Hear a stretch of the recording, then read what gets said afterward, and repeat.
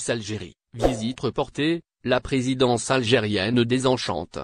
Prévue au début du mois de mai, la visite du président algérien en France aurait été reportée, pour une raison d'agenda selon un média français. C'est Le Figaro qui a été le premier à révéler l'information dans son édition de ce mardi 18 avril. Le journal qui a annoncé un nouveau report de cette visite attendue de part et d'autre, affirme que ses sources dans les deux pays ont confirmé cette information sans préciser les raisons. Cependant, il semble que ce rapport soit dû à un manque de préparation, ajoute le journal. C'est après un entretien téléphonique entre la ministre française des Affaires étrangères Catherine Colonna et son homologue algérien Ahmed Attaf, que la décision du report de cette visite aurait été prise. Attaf aurait informé Catherine Colonna du souhait du président algérien de reporter sa visite à une date ultérieure. Pourtant cet argument avançant le manque de préparation ne tient pas la route puisque les préparatifs sont allés bon train jusque-là et cela fait plusieurs mois que la presse algérienne en parle.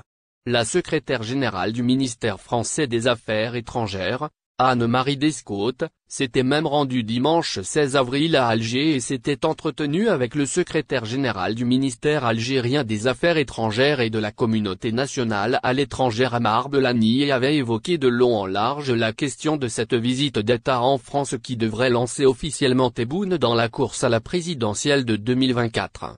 Emmanuel Macron avait vu les choses en grand.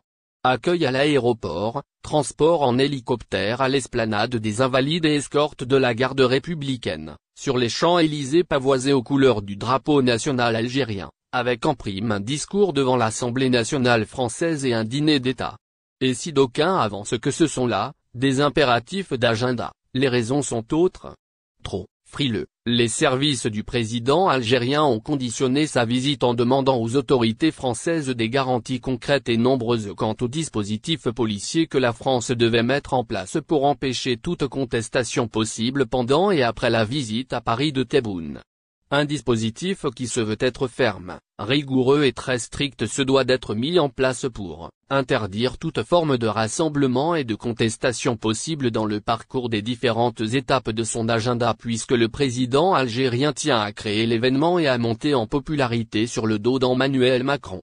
Il y va de soi qu'au pays des droits de l'homme, la partie française ne peut offrir de telles garanties, surtout celle de ne pas autoriser toute forme de rassemblement, aussi empêcher toute contestation et liberté d'expression en France surtout en ces temps, s'apparente à déclencher une guerre civile.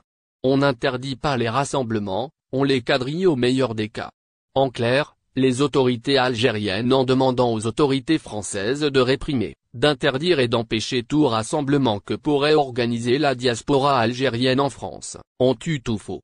Ils ratent là l'occasion, peut-être unique de recevoir le meilleur accueil que la France aurait pu faire à l'Algérie. Le même jour où Anne-Marie Descotes et Amar Belani peaufinaient la visite du Sénil d'Alger à Paris, dans celle-ci, ils étaient plus de 20 000 militants à manifester, pour l'autodétermination de la Kabylie.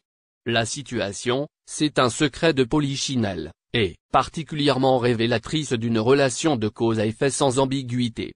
La Kabylie est tabou et met en colère le bonhomme dès lors que le mot est prononcé, encore plus pour ceux des mouvements qui la représentent comme le MAC qui l'a automatiquement classé comme organisation terroriste pour jeter en prison toute personne affiliée au mouvement. Dès lors, on comprend aisément la terreur à vivre un tel événement de la part du Sénil d'Alger. Il est comme qui dirait que les lois de la République française où réprimer et empêcher les libertés publiques et individuelles n'ont pas leur place, sont des voies impénétrables pour le régime d'Alger qui lui s'en